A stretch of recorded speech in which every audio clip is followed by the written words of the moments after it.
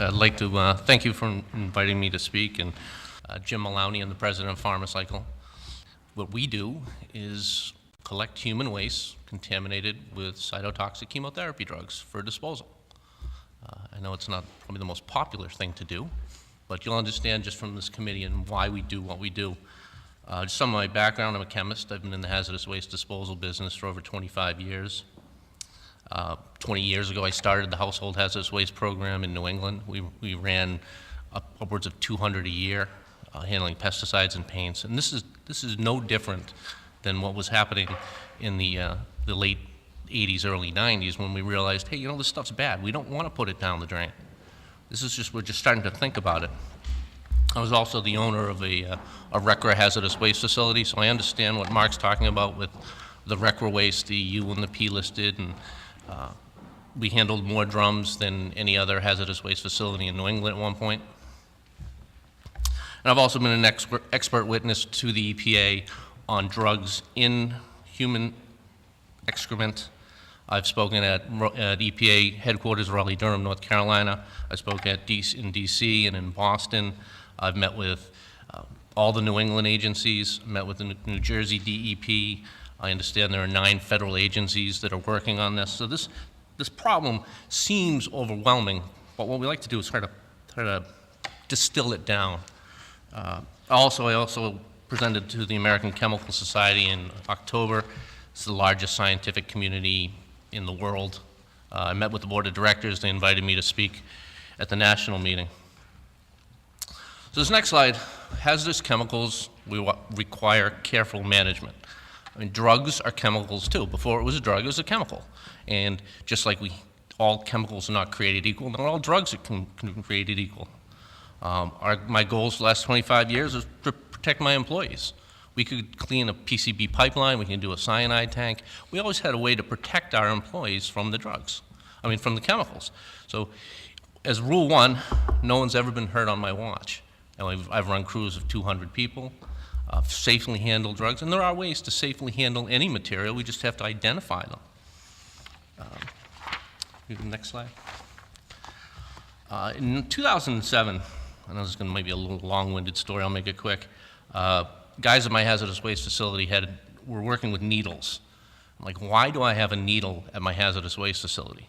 And the guys are sitting there snipping the sharp off, putting it in a Stericycle medical waste container, and taking the chemical and putting it in a 5-gallon pail to send it to a trash incinerator. And the question was, well, what are you working with? This is 2007. And they're like, well, it's not regulated. As Mark pointed out, we haven't regulated a chemical since 1976 on original RCRA, and very little since 1982. So when I found out what they were working with, it was called mustargen. I was like, mustargen? That sounds like a derivative of mustard gas, and lo and behold, it was. So I found a material safety data sheet, and I looked at the side effects. What it causes. It causes burns. Okay, well, a lot of chemicals cause burns. It says causes cancer. I mean, that's quite a side effect to have for a chemical that my guys are handling like it's ice cream. Causes birth defects, mutagenic, teratogenic. I had to figure out why nobody was paying attention to this. And lo and behold, people were. I went and found OSHA. OSHA has a hazardous drug policy. Is anybody familiar with the OSHA hazardous drug policy? I was surprised how many hospitals had never seen it. 0 exposure. That's how we handle these materials. We're not allowed to have any exposure to it. They're very, very bad chemicals.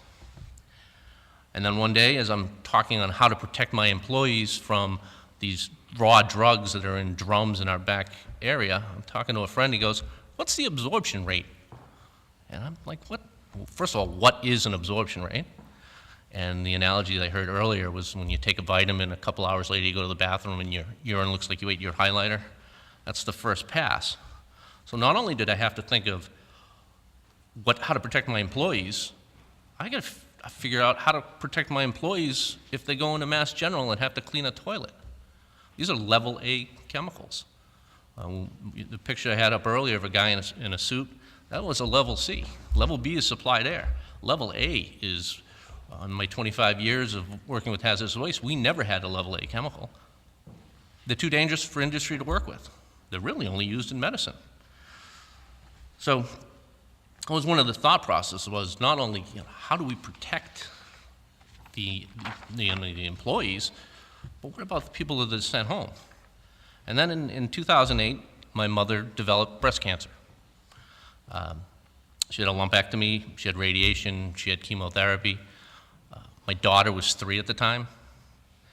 And it was just trying to balance, like, how do you put these chemicals into a person, knowing how bad they are, and send them home to their families and not tell them, just not tell them. And we just think they're gone. We know they're not gone. So that was something I struggled with, is how do I have my 3-year-old, who around Thanksgiving was 4 at the time, go visit grandma. Now luckily, I know enough about the drugs and chemicals and retention times and excretion that I was able to look and say, hey, it's passed through her body, it's safe, just keep my daughter out of the bathroom. And it was very traumatic for my mother to hear that she is coming home as a hazard to her family. I found out 85% of chemotherapy treatments are done on an outpatient basis, especially if you're on a septic system and a well. So this next slide, which I'm going to run through rapidly, I showed you the OSHA. Are you familiar with the NIOSH? We talked about the NIOSH list. NIOSH is the research arm for OSHA. They developed the 167 drugs that we were talking about earlier. Teresa did a good job about saying it's not all the 167, it's just the ones that the body doesn't destroy. And then the Joint Commission is a governing body for the hospitals. They decide who gets grants. You have to get Joint Commission approved.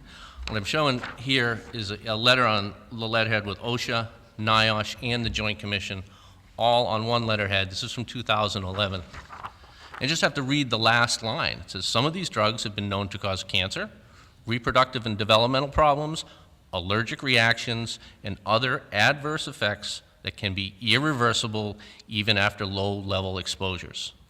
The bad actors. Teresa went through some of the studies that OSHA has. Hit the next slide.